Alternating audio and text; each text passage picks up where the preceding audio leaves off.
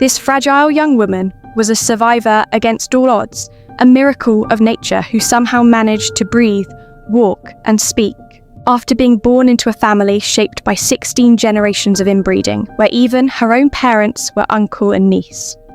In today's video, I will tell you the story of Maria Antonia of Austria, the most inbred princess of the Habsburg dynasty, and perhaps the greatest victim of her own family.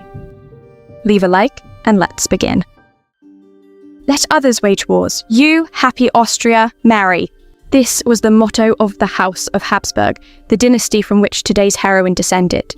And their ability to create advantageous political alliances through marriage truly allowed the Habsburgs to build an empire so vast that it was said the sun never set upon it. But at some point, having seized such an enormous share of power, the Habsburgs became far too obsessed with preserving it.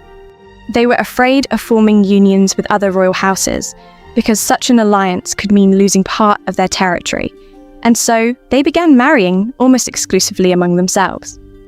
In defense of this family, I must say that marrying fairly close relatives was not a practice unique to the Habsburgs. Since ancient times, it had been quite common in many royal families for husbands and wives to be first or second cousins.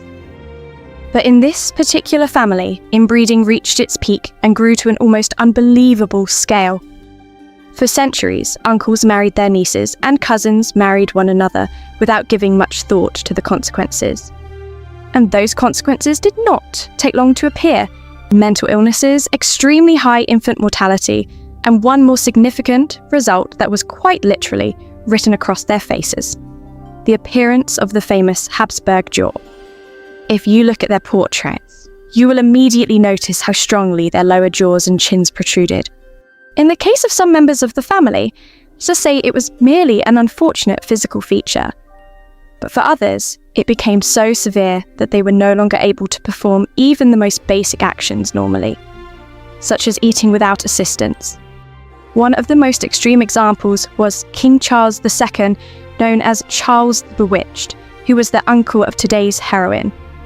His contemporaries wrote that Charles could only swallow his food whole because his lower jaw protruded so far that the two rows of his teeth could not meet, and this was only one of his many physical defects. And our heroine, Maria Antonia, also inherited this genetic legacy in the form of the famous Habsburg jaw.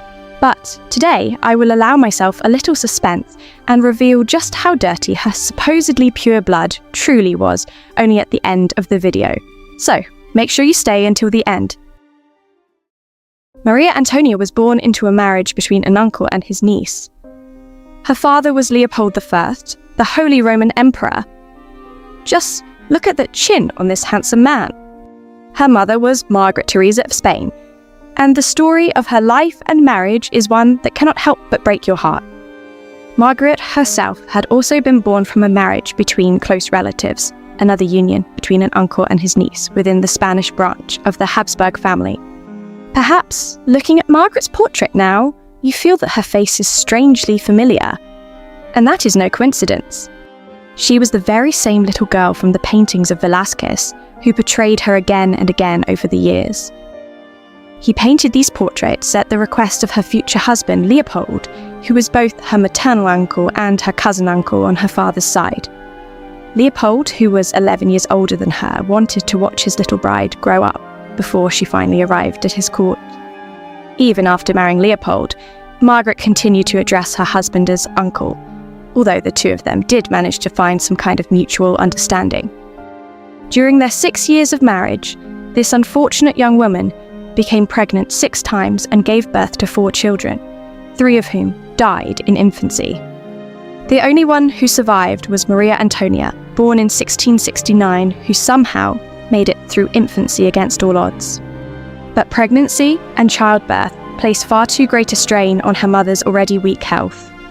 Margaret died at only 21 years old, leaving her 2-year-old daughter a little orphan.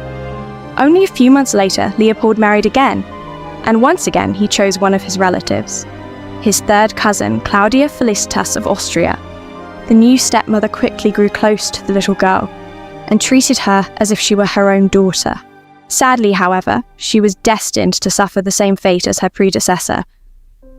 Her children, themselves tiny victims of inbreeding, also died, and Claudia Felicitas passed away at only 22 years old.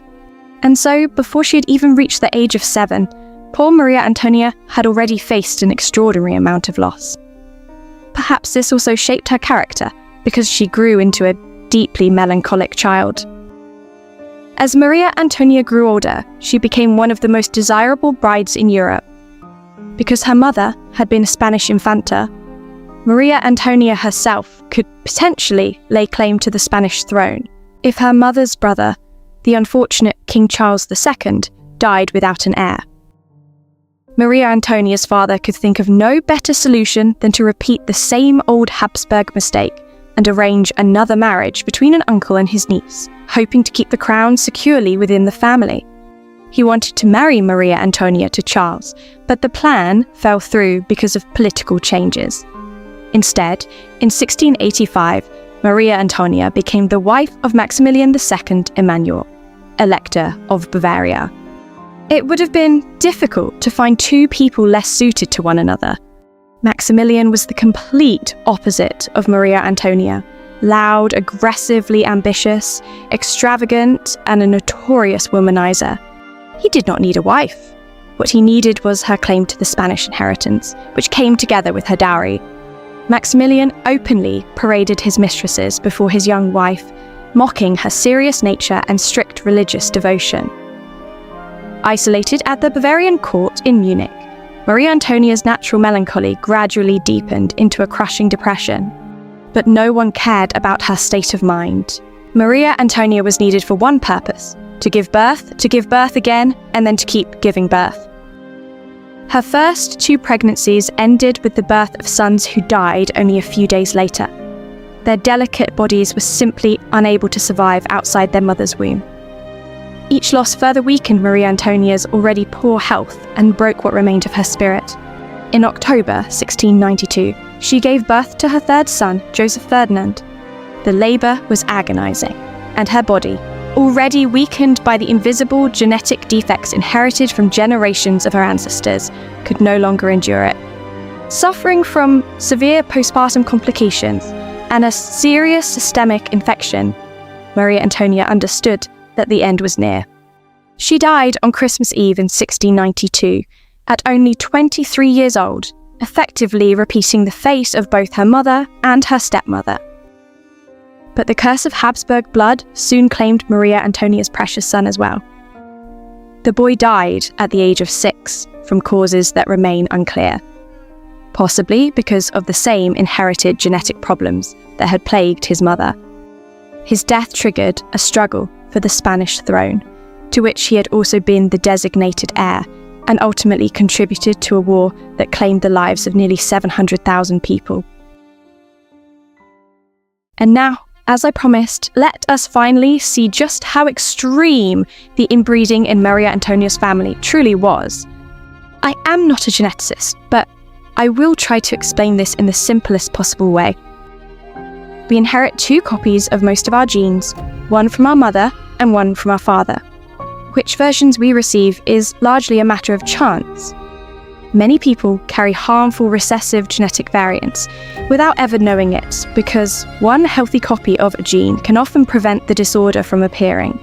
But when close relatives have children together, they are much more likely to carry the same harmful variant inherited from a shared ancestor. Their child can then receive that same variant from both parents, allowing a previously hidden genetic disorder to reveal itself. This is where the coefficient of inbreeding comes in. It measures the probability that the 2 copies of a gene inherited by a person are identical by descent, meaning that both came from the same common ancestor.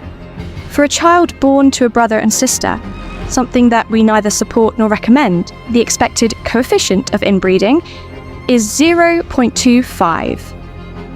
Maria Antonia's case was even more extreme. Because of the complicated web of close family marriages repeated across generations, her coefficient of inbreeding was approximately 0.353. In terms of their family pedigree, her parents were therefore even more closely related than an ordinary brother and sister. In the end, Maria Antonia paid for the greatness of the Habsburg Empire, with her health, her happiness, and ultimately her life. Did Maria Antonia's story break your heart the way it broke mine? And what other victims of marriages between close relatives do you know?